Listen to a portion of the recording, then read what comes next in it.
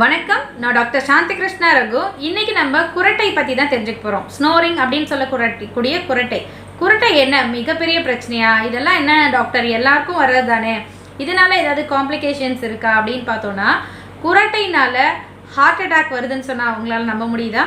குரட்டைனால பக்கவாதம் வருதுன்னு சொன்னால் அவங்களால நம்ப முடியுதா? குரட்டைனால பிஹேவியர் ப்ராப்ளம், ஞாபக மருதி, லேக் ஆஃப் கான்சன்ட்ரேஷன் வரும்னு சொன்னால் அவங்களால நம்ப முடியுதா? ஸோ குரட்டை நிறைய காம்ப்ளிகேஷன் ஏற்படுத்தும். ஸோ குரட்டை அப்படிங்கிறது ட்ரீட் பண்ணாமல் அலட்சியமாக விடக்கூடிய ஒரு விஷயம் இல்லை. ஸோ அது குணப்படுத்த வேண்டிய ஒரு முக்கியமான விஷயம். ஏன்னா நம்ம மூளைக்கு போகக்கூடிய இரத்த ஓட்டத்தில் தடையை ஏற்படுத்தும் இந்த குரட்டை அப்படிங்கிறதுனால அதுக்கான ப்ராப்பரான காஸ் கண்டுபிடிச்சி அதை ட்ரீட் பண்ணும். ஸோ குரட்டைனா என்ன, அது வரத்துக்கான காரணங்கள் என்ன, அதில் என்ன அறிகுறிகள் இருக்கும், ஸோ அதனால் என்ன காம்ப்ளிகேஷன்ஸ், ஸோ அதை எப்படி ட்ரீட் பண்ணிக்கலாம், அதுக்கான எக்ஸசைஸ் என்ன, ஸோ இதெல்லாம் தான் நம்ம இன்றைக்கி தெரிஞ்சுக்க போகிறோம். குரட்டை அப்படின்னா என்ன?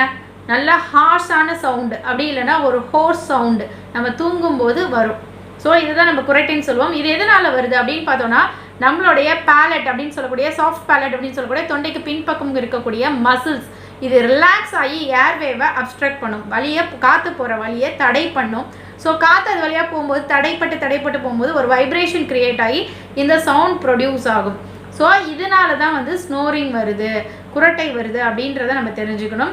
ஸோ இது சிலருக்கு ஒரு சில நாள் மட்டும் வந்துட்டு போயிடும், சிலருக்கு ரொம்ப க்ரானிக்காக இருக்கும். ஸோ இது வரத்துக்கான சிம்டம்ஸ் என்ன, இது இருக்குது அப்படின்னா என்ன மாதிரியான அறிகுறிகள் இருக்கும் அப்படின்னு பார்த்தோன்னா, நம்மளோட ப்ரீத்திங் தடைப்பட்டு விட்னஸ்டு ப்ரீத்திங் இருக்கும். அதாவது ஒரு சின்ன பாஸ், நம்ம சுவாசிக்கிறத தொடர்ந்து சுவாசிக்காமல் ஒரு தடைப்பட்டு சுவாசிக்கிறத நம்மளால் ஒரு பாஸ் கொடுத்து சுவாசிப்போம். தூங்கும்போது அந்த ஸ்லீப் காற்று போகிறது தடைப்பட்டு போகிறத நம்மளால் உணர முடியும். ஸோ அது மட்டும் இல்லாமல் டே டைமில் எப்போ பார்த்தாலும் தூக்கம் வந்துக்கிட்டே இருக்கும், தூங்கிட்டே இருக்கணும்னு போல் தோணும். பகலையும் தூங்கிட்டே இருக்கிறேன் அப்படின்னு உங்களுக்கு ஸ்னோரிங் இருக்கா, குரட்டை இருக்கா அப்படின்னு கேட்டு பாருங்கள், நிச்சயமாக குரட்டை இருக்கும்.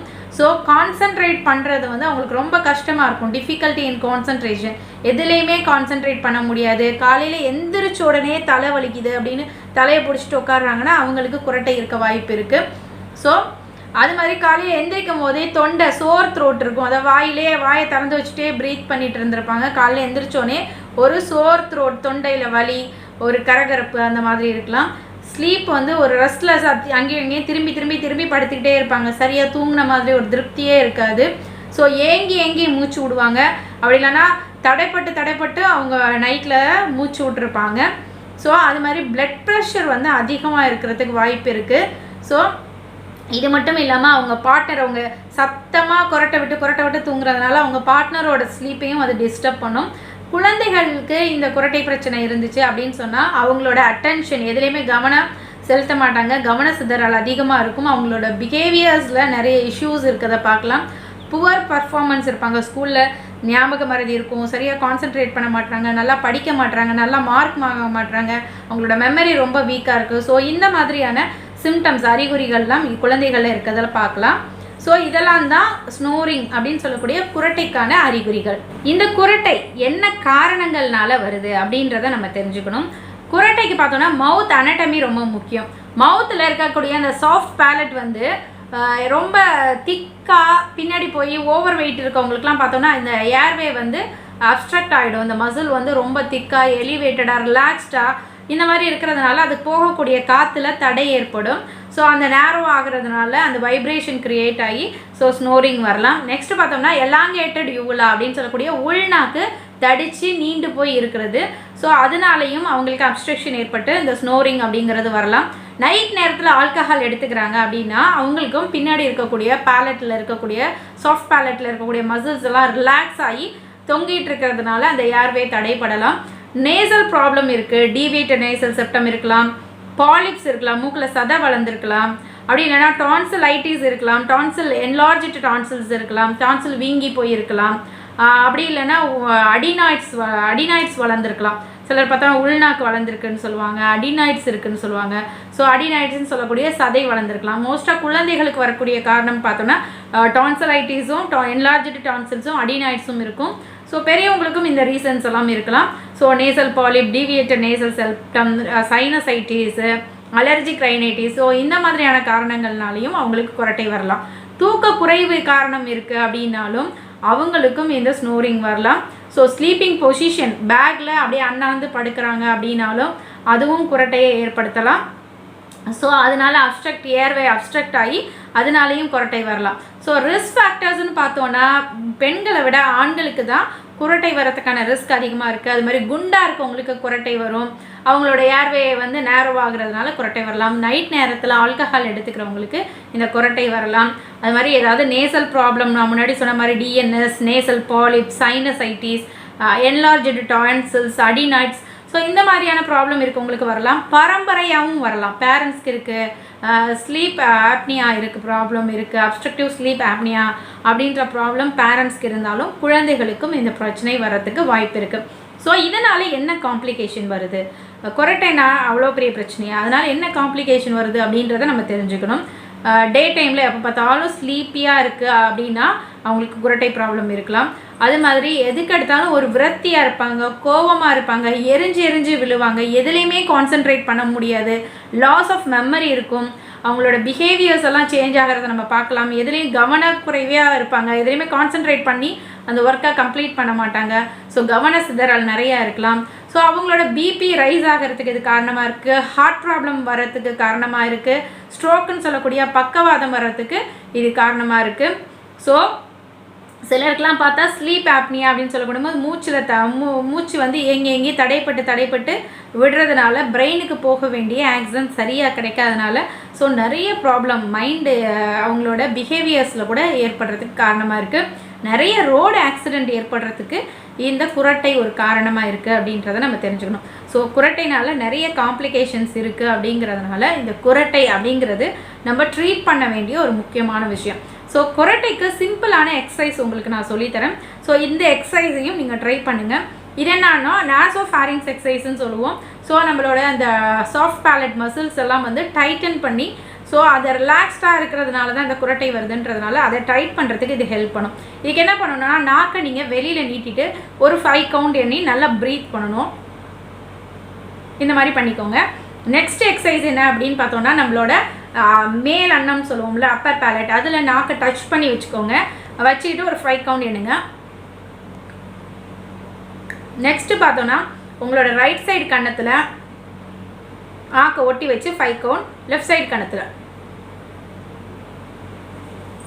நெக்ஸ்ட்டு பார்த்தோன்னா நம்ம என்ன பண்ணலான்னா இந்த எக்ஸசைஸுக்கு இந்த நாக்கை வந்து அப்படியே கீழ் தாடையை அப்படியே ரிலாக்ஸ் பண்ணி நாக்கை அது கீழே கொண்டு வரணும். அடுத்து இதே மாதிரி மேலே,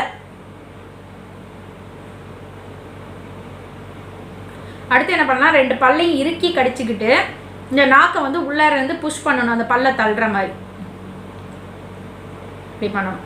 ஸோ இதுதான் வந்து அந்த சாஃப்ட் பேலட்டை டைட்டன், சாஃப்ட் மசில்ஸ் இருக்குல்ல, இங்கே இருக்க ரிலாக்ஸாக தொங்குற மசில்ஸை டைட்டன் பண்ணுறதுக்கான இந்த எக்ஸசைஸ்.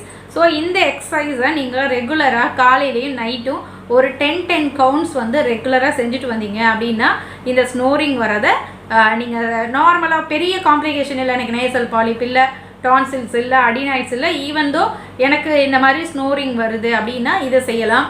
நெக்ஸ்ட் வந்து ஒபேசிட்டி, தொப்பையாக இருப்பாங்க, குண்டாக இருப்பாங்க, இங்கே கண்ணெல்லாம் முகத்தில் ஒரு தொப்பை இருக்கும், கண்ணெல்லாம் கீழே இங்கெல்லாம் சதையாக இருக்கும். ஸோ அவங்களுக்கு இந்த ஸ்னோரிங்ன்றது இருக்கும். நிறைய பேர் அடினாய்ட்ஸ் இருக்குன்னே தெரியாமல் இருப்பாங்க. பெரியவங்களுக்கும் இந்த அடினாய்ட்ஸுன்ற சதை வளர்ச்சி இருக்கலாம். ஸோ அவங்களுக்கு அடினாய்ட்ஸ்க்கான ட்ரீட்மெண்ட் ப்ராப்பராக கொடுக்கணும். அது மாதிரி டான்சில்ஸ் நிறைய பேருக்கு இருக்கும், சின்ன குழந்தைகளுக்கும் இருக்கும், பெரியவங்களுக்கும் இருக்கும். அதுக்கு டான்சில்கான ட்ரீட்மெண்ட் ப்ராப்பராக எடுத்துக்கணும். Nasal polyp, deviated nasal septum இருந்தால் அதுக்கான ட்ரீட்மெண்ட் எடுத்துக்கணும். ஸோ அதெல்லாம் கரெக்ட் பண்ணாலே இது சரியாயிடும். நிறைய பேர் ஒபேசிட்டி மட்டும் காரணமாக இருக்கும். அவங்க நல்லா எக்ஸசைஸ் பண்ணி டயட் மெயின்டைன் பண்ணி வெயிட்டை குறைச்சாங்கனாலே இந்த குரட்டை அப்படிங்கிறது சரியாயிடும். ஸோ நிறைய காய்கறிகள், பழங்கள், கீரைகள் உணவில் சேர்த்துக்கிட்டு எண்ணெய் பலகாரம், நான்வெஜ் உணவுகள், ரொம்ப ஸ்நாக்ஸ் சாப்பிட்றதெல்லாம் அவாய்ட் பண்ணிவிட்டு ரெகுலராக ஒரு எக்ஸசைஸ், வாக்கிங் இதெல்லாம் மேற்கொண்டாங்கன்னா அவங்க வெயிட்டை குறைச்சிட்டு ஸோ அது மூலமாகவும் இந்த குரட்டையை அவங்க நிவர்த்தி செய்யலாம். நெக்ஸ்ட்டு நம்ம படுக்கக்கூடிய பொசிஷன், அண்ணாந்து எதுவுமே தலைவாணி வைக்காமல் படுக்காமல் 1க்கு 2 தலைவாணி இந்த குரட்டை வர்றவங்க கொஞ்சம் ரைஸ்டாக தலையை வந்து இப்படி படுக்காமல் ரைஸ்டாக எலிவேட்டடாக கொஞ்சம் மேலே தூக்குன மாதிரி தலையை வச்சு படுத்தா அந்த ஏர்வே அப்ஸ்ட்ரக்ட் ஆகாமல் காற்று உள்ளார போகிறது மூலமாக குரட்டையை தவிர்க்கலாம். இல்லைனா ஒருக்கணிச்சு படுக்கணும், ரைட் சைடோ லெஃப்ட் சைடோ அண்ணாந்து பின்பக்கம் படுக்காமல் ஒருக்கணிச்சு படுக்கலாம். ஸோ ஒருக்கணிச்சு படுக்கும் போதும் அந்த காற்று வந்து ஈஸியாக உள்ளார போயிட்டு வர்றதுனால இந்த ஸ்னோரிங் அப்படின்னு சொல்லக்கூடிய குரட்டை வரதை அவாய்ட் பண்ணலாம். நைட்டில் ஆல்கஹால் கன்சப்ஷன் எடுத்துக்கிறத, நைட்டு ஆல்கஹால் குடிக்கிறத அவாய்ட் பண்ணிக்கணும். ஸோ வெயிட் ரிடக்ஷன் பண்ணிக்கணும். என்ன காசு இருக்கோ அந்த காசுக்கான ட்ரீட்மெண்ட் கண்டிப்பாக எடுத்துக்கணும். இதுக்கு ஹோமியோபதியில் என்ன ட்ரீட்மெண்ட் இருக்குது அப்படின்னு பார்த்தா, குரட்டைக்கெல்லாம் மருந்து இருக்கா டாக்டர் அப்படின்னு நிறைய பேர் கேட்பாங்க. குரட்டைக்கு எக்ஸலண்ட் மெடிசன்ஸ் இருக்குது ஹோமியோபதியில். லாஸ்ட்டு வீக்கு கூட நான் ஒரு பேஷண்ட் பார்த்தேன்.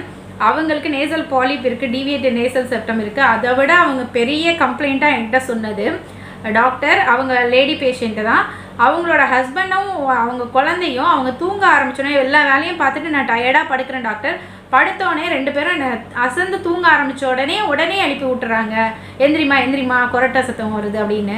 என்னால் தூங்கக்கூட முடியலை, இதை முதல்ல எனக்கு எப்படியாவது ஸ்டாப் பண்ணி கொடுங்க அப்படின்னு சொல்லியிருந்தாங்க. ஸோ குரட்டைங்கிறது அவங்க பார்ட்னர்ஸோட ஸ்லீப்பையும் டிஸ்டர்ப் பண்ணுறதுனால, அவங்களோட ஸ்லீப் அவங்க பார்ட்னரோட ஸ்லீப் டிஸ்டர்ப் ஆகிறதுனால, ஸோ இதில் நிறைய பேர் அஃபெக்ட் ஆவாங்க. அந்த பாதிக்கப்பட்ட மட்டும் இல்லாமல் கூட இருக்கவங்களும் அஃபெக்ட் ஆவாங்க. ஸோ இந்த குரட்டைக்கு ஹோமியோபதியில் எக்ஸலண்ட் மெடிசன்ஸ் இருக்குது. நக்ஸோமிகா, ஓபிஎம் இந்த மாதிரியான மெடிசன்ஸ்லாம் கொடுக்கும்போது அந்த குரட்டையை கம்ப்ளீட்டாக சரி பண்ணலாம். ஸோ அதுக்கு பின்னாடி ஒரு காசு இருக்குது. அவங்களுக்கு நேசல் பாலிப் இருக்குன்னா, டீவியேட்டட் நேசல் செப்டம் இருக்குது, சைனசைட்டிஸ் இருக்குது, அலர்ஜிக் ரைனைட்டிஸ் இருக்குன்னா, ஸோ அதுக்கான ட்ரீட்மெண்ட் நாங்கள் கொடுப்போம். அதுக்கான ட்ரீட்மெண்ட் கொடுக்கும்போதே அவங்களோட குரட்டை பிரச்சனை சொன்னாலும் சரி சொல்லலாட்டையும் சரி அது தன்னால் குணமாகிறத நம்ம பார்க்க முடியும். So without surgery nasal polyp, sinusitis, rhinitis, allergic rhinitis, deviated nasal செப்டமை நம்ம அழகாக மருந்துகள் மூலமாகவே ஹோமியோபதியில் எளிமையாக குணப்படுத்த முடியும். ஒரு 3 மாதம் மருந்து எடுத்தாலே போதும். அதே மாதிரி நிறைய பேர் டான்சிலுக்கு சர்ஜரி பண்ணிவிட்டு வந்து, டாக்டர் எங்களுக்கு இது தெரியாமல் போச்சே, அடினாய்ட்ஸுக்கு சர்ஜரி பண்ணிவிட்டு வந்து, டாக்டர் இது ஆப்ரேஷன் பண்ணாமலே சரி பண்ணலாமா, இது தெரியாமல் போச்சு, எங்கள் சின்ன குழந்தைக்கு அவ்வளோ கஷ்டப்பட்டு நாங்கள் ஆப்ரேஷன் பண்ணோம் அப்படின்னு நிறைய பேர் புலம்புவாங்க. ஸோ எந்த விதமான சர்ஜரியுமே இல்லாமல் டான்சிலைட்டிஸாக இருக்கலாம், டான்சில் என்லார்ஜ்மெண்ட்டாக இருக்கலாம், அது மாதிரி உங்களுக்கு இருக்கக்கூடிய அடினாய்டு பிரச்சனையாக இருக்கலாம். சின்ன குழந்தைங்களுக்குலாம் அடினாய்டு வளர்ந்து மூச்சு விட சிரமப்படுவாங்க. இதெல்லாம் வித்தவுட் சர்ஜரி மருந்துகள் மூலமாக எளிமையாக ஹோமியோபதியில் எந்த பக்க விளைவுகளுமே இல்லாமல் ரொம்ப ஃபாஸ்ட்டாக விரைந்து குணப்படுத்த முடியும். ஒரு 3 மாத காலம் மருந்து கொடுத்தோம்னாலே இது எளிமையாக குணப்படுத்திக்கலாம் அப்படிங்கிறத நம்ம தெரிஞ்சுக்கணும். ஸோ பிஹைண்ட் த ரீசன் வந்து இதாக தான் இருக்கும். சிலருக்கு வந்து அந்த யுவலா எலாங்கேட் ஆகி வீங்கி அடிக்கடி இருமல் வரும், வீக்கம் இருக்கும், அடிக்கடி அலர்ஜி ஆகிடும், அடிக்கடி நோய் எதிர்ப்பு சக்தி இல்லாமல் சளி பிடிக்கும், தும்மல் வரும், மூக்கிலையும் தண்ணியாக ஊற்றும், தலைவலி, தலைபாரம், சைனசைட்டிஸ். ஸோ இந்த ப்ராப்ளம் இருக்கவங்களுக்கும் இந்த ஸ்னோரிங் இருக்கும். ஸோ அதுக்கான ட்ரீட்மெண்ட் கொடுத்து அவங்க அலர்ஜியை சரி பண்ணி, தும்மல், மூக்கிலையும் தண்ணியாக வர்றது, இந்த பிரச்சனைகள்லாம் சரி பண்ணும்போது இதை வந்து நாங்கள் சரி பண்ணுவோம் ஸ்னோரிங்கை. ஸோ என்ன ரீசனோ அந்த ரீசனை ரூல் அவுட் பண்ணி அதுக்கான ப்ராப்பரான ரெமெடிஸ் கொடுக்கும்போது அவங்களுக்கு பெர்மனன்ட் க்யூர் கிடைக்கும். ஹோமியோபதியில் வித்தவுட் சைடு எஃபெக்ட் ரொம்ப நாள் எடுத்துக்காமல் ரொம்ப விரைந்தும் சரி பண்ண முடியும். சைடு எஃபெக்ட் இல்லாமல், சர்ஜரி இல்லாமல் இது ரொம்ப எளிமையாக குணப்படுத்தக்கூடிய ஒரு பிரச்சனை தான் இந்த குரட்டையும். குரட்டை எதனால் வருதோ அந்த காரணங்களையுமே எளிமையாக சரி பண்ணிக்கலாம். ஸோ இந்த எக்ஸசைஸை பண்ணுங்கள், பில்லோ ரைஸ் பண்ணி படுங்க, ஒருக்கணிச்சு படுங்க. ஸோ இதெல்லாம் நீங்கள் செஞ்சுட்டு வந்து சிம்பிளாக வெயிட்னால் மட்டும் உங்களுக்கு வருது அப்படின்னு சொன்னால் வெயிட்டை குறைங்க, அதிலே சரியாயிடும். உங்களுக்கு அதுக்கு மேலேயும் குரட்டை இருக்குன்னா ப்ராப்பரான டாக்டரை கன்சல்ட் பண்ணி ப்ராப்பரான ட்ரீட்மெண்ட் எடுத்துக்கோங்க. இந்த குரட்டையை அலட்சியப்படுத்தாதீங்க. மூளைக்கு போகக்கூடிய இரத்த ஓட்டம் தடைப்படுறதுனால நிறைய காம்ப்ளிகேஷன் ஏற்படுத்தும் இந்த குரட்டை. ஸோ இது ட்ரீட் பண்ண வேண்டிய ஒரு டிசீஸ். ஸோ இது ஈஸியாகவும் ட்ரீட் பண்ணி குணப்படுத்திக்கலாம். ஸோ இது உங்களுக்கு பயனுள்ளதாக இருக்கும்னு நினைக்கிறேன். நன்றி.